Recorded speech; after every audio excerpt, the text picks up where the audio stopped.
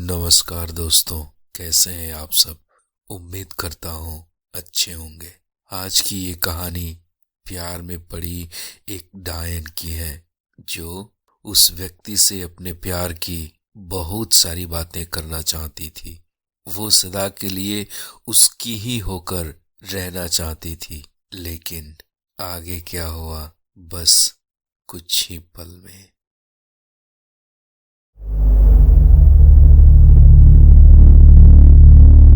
स्वागत है आपका हॉरर एक्सप्लेनर में, जहां पे भूत प्रेत और आत्माओं से भरी डरावनी कहानियां आपको रोमांचित कर देंगी। तो हो जाइए तैयार सफर के लिए।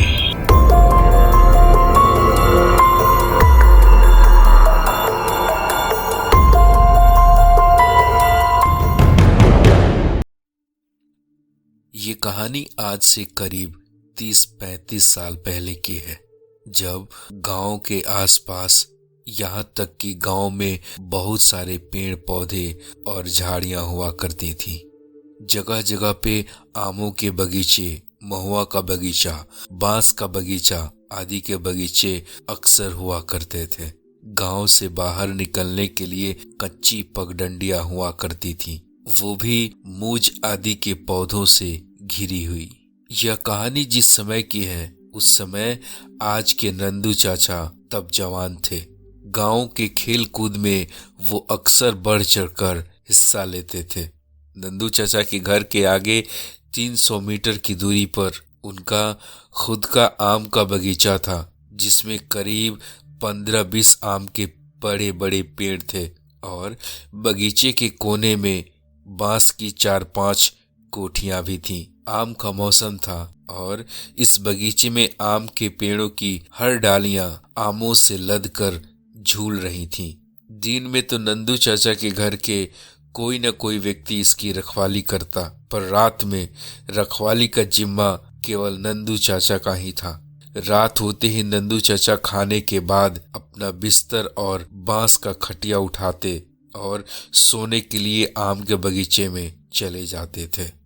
एक रात जब नंदू चाचा बगीचे में अपनी बांस की खटिया पर सोए हुए थे, तभी उनको बांसवारी की तरफ से कुछ आहट महसूस हुई। नंदू चाचा जग गए, लेकिन वहीं बांस खटिए पे पड़े पड़े अपनी नजर को बांसवारी की तरफ घुमाकर देखने लगे। उनको वहां पे कुछ बांस हिलते हुए दिखाई दे रहे थे, लेकिन उनको लगा कोई जानवर होगा जो अपनी शरीर खुजला रहा होगा, शायद इसलिए वो बांस हिल रहा है।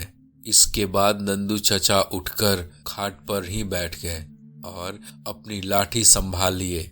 अभी नंदू चाचा कुछ बोल पाते, इसके पहले ही उन्हें झाड़ियों में से एक औरत निकलती हुई दिखाई दी।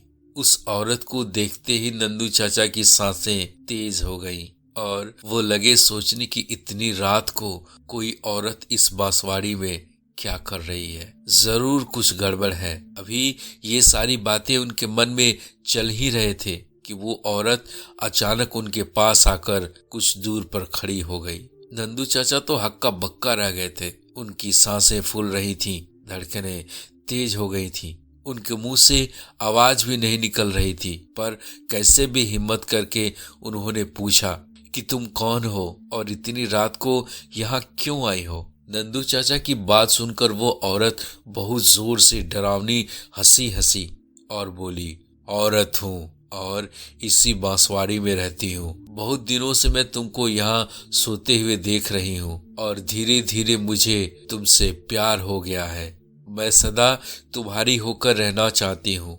नंदू चाचा को अब यह समझते देर नहीं लगी कि यह तो वही चुड़ैल है जिसके बारे में लोग अक्सर बातें करते हैं कि इस बगीचे में बहुत साल पहले घुमक्कड़ मदारी परिवार आकर लगभग 3-4 महीने रहा था, और एक दिन कुछ लोगों ने उस मदारी परिवार की एक 11-12 साल की लड़की को इसी बांसवाड़ी में मरे पाया था, और मदारी परिवार वहां से अपना बोरिया बिस्तर लेकर नदारद हो गया था।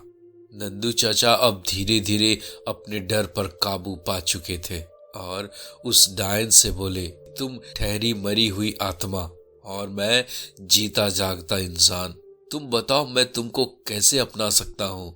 नंदू चाचा की बात सुनकर चुड़ैल थोड़ा गुस्से में बोली कि मैं कुछ नहीं जानती, अगर तुम मुझे ठुकराओगे तो मैं तुम्हें मार डालूंगी। अब नंदू चाचा कुछ बोले तो नहीं, पर धीरे धीरे हनुमान चालीसा पढ़ने लगे। वह चुड़ैल धीरे धीरे पीछे हटने लगी, पर नंदू चाचा को चेतावनी भी देती गई। इस घटना के बाद तो नंदू चाचा की नींद उड़ गई और वे अपनी बांस खटिया उठाकर घर चले गए। दूसरे दिन रात को नंदू चाचा ने बगीचे में न सोने के लिए बहाना बनाया और घर के बाहर दरवाजे पर ही सो गए। सोए हुए नंदू चाचा की रात में अचानक नींद खुली। नंदू चाचा फौरन जगकर बैठ गए और उस औरत से लगे पूछने की कौन हो तुम। वो औरत डरावनी हंसी, एक बार फिर से हंसी और बोली कि रात वाली हूँ, तुम मुझसे पीछा नहीं छुड़ा सकते। अब प्रतिदिन रात को वह चुड़ैल नंदू चाचा के पास आने लगी और नंदू चाचा चाहते हुए भी कुछ न कर सके।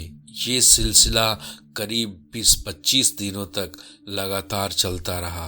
वो डायन, वो चुड़ैल नंदू चाचा के साथ अपनी मन की प्यास बुझाती रही।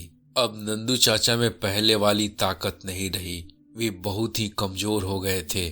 उनके घर वाले ये समझ नहीं पा रहे थे कि आखिर इनको हो क्या गया है।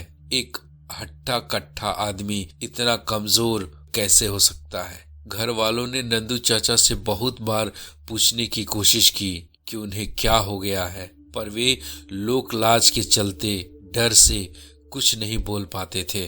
कई डॉक्टरों को दिखाया गया, पर नंदू चाचा की हालत में कोई सुधार नजर नहीं आ रहा था। उस रात नंदू चाचा के साथ एक चमत्कार हुआ और वह चमत्कार यह था कि वह चुड़ैल उनके पास नहीं आई। सुबह नंदू चाचा जगे तो बहुत खुश थे। उनको लग रहा था वह चुड़ैल उनके पास नहीं आएगी। इतने में नंदू चाचा की नींद खुल गई और वे उठकर बैठ गए। जब वे अपना गमछा उठा रहे थे तो वहीं तकिए के पास किसी अखबार का भाग मिला और उसमें हनुमान मंत्र लिखा हुआ था।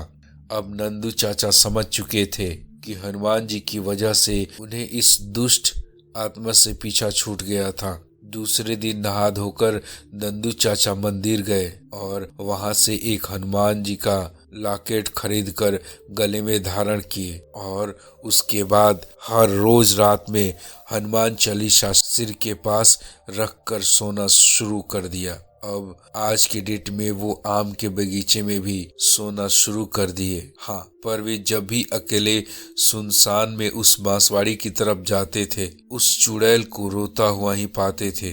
वह चुड़ैल नंदू चाचा से अपने प्यार की भीख मांगते हुए गिड़गिड़ाते रहती थी। दोस्तों, अगर ये कहानी आपको जरा सी भी अच्छी लगी हो तो प्लीज़ इसे लाइक करें, शेयर करें। अगर आपका कोई सजेशन हो तो हमें कमेंट में लिख सकते हैं। अगर अब तक आपने हमारे चैनल को सब्सक्राइब नहीं किया है तो प्लीज़ हमारे चैनल को सब्सक्राइब करें। मिलते हैं आपसे एक और नई कहानी के साथ। तब तक के लिए जय हिंद, वंदे मातरम।